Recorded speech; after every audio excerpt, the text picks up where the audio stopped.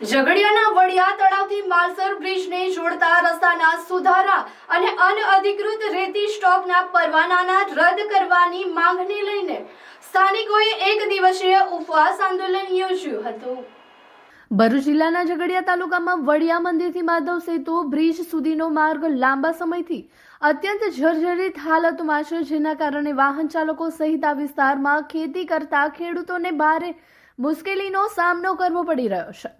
આ માર્ગ પરથી દિવસ રાત ઓવરલોડ રેતી ભરેલા ટ્રકોની અવરજવર થતી હોવાથી ઊભા પાક પર ધૂળનું અત્યાધિક પ્રદૂષણ થઈ રહ્યું છે।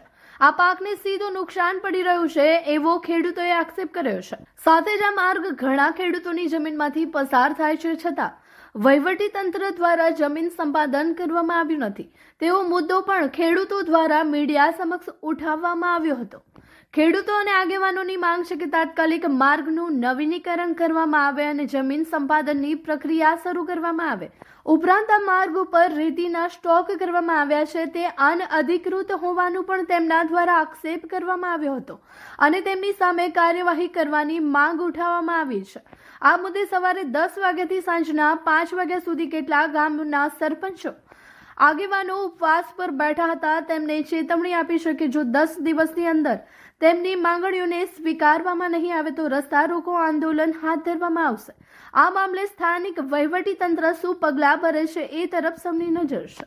આજ રોજ ઝઘડિયા તાલુકાના વડિયા મંદિરે અમે ઉપવાસ પર બેઠેલા છે। અમારા મૂળ બે મુદ્દા છે।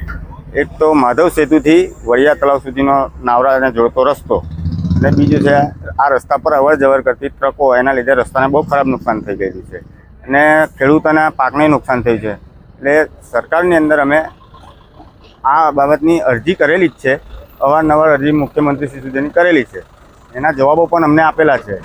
પણ અહીંયા આ જ રસ્તા પર 2 સ્ટોક છે, જેને રદ કરવા અમારી સરકારને ખાસ અપીલ છે, કારણ કે આ બાબતે આ રસ્તાનું નુકસાન થાય જ છે। શેના સ્ટોક છે? રેતીના સ્ટોક છે। 3 જિલ્લાના લોકો, ભરૂચ, નર્મદા, બરોડા જિલ્લાના ખેડૂત અને ખેત મજૂર અને આમ જનતા ઉપવાસ આંદોલન કરી રહી છે, જેનો મુખ્ય હેતુ એ છે કે જ્યારે માધવ સેતુ બ્રિજ ગુજરાત સરકારે 250 કરોડની માતબર રકમથી મંજૂર કરેલો હોય, એ જમીન સંપાદનના સમય દરમિયાન સુધી જે રાજ્ય સરકાર અહીંયાના મમા વિભાગ હોય કે બાંધકામ વિભાગ હોય, જે લોકોએ જમીન સંપાદન યોગ્ય સમય દરમિયાન કરવાનો હતો તે કરી નથી, તો જે સમયમાં નથી કરી, જેથી આ 3 જિલ્લાના લોકોને રસ્તાની જે સુવિધા મળવી જોઈએ તે યોગ્ય મળી નથી, જેને કારણે અમે આ ઉપવાસ આંદોલન પહેલા 15 દિવસ પહેલા જે લગતા વળતી અધિકારીની ઓફિસોમાં અમે લેખિત જાણ કરી છે અને ત્યારબાદ ઉપવાસ આંદોલન પર બેઠા છે। એનો મુખ્ય હેતુ એ છે કે જમીન સંપાદન જે ખેડૂતોને જમીનના પૈસા મળવા જોઈએ તે આજ દિન સુધી મળ્યા નથી ને હવે પછી એ જમીન સંપાદનના પૈસાનું વળતર ચૂકવે અને અમને આ 3 જિલ્લાના લોકોને રસ્તાની સુવિધા સઘન મળવી જોઈએ।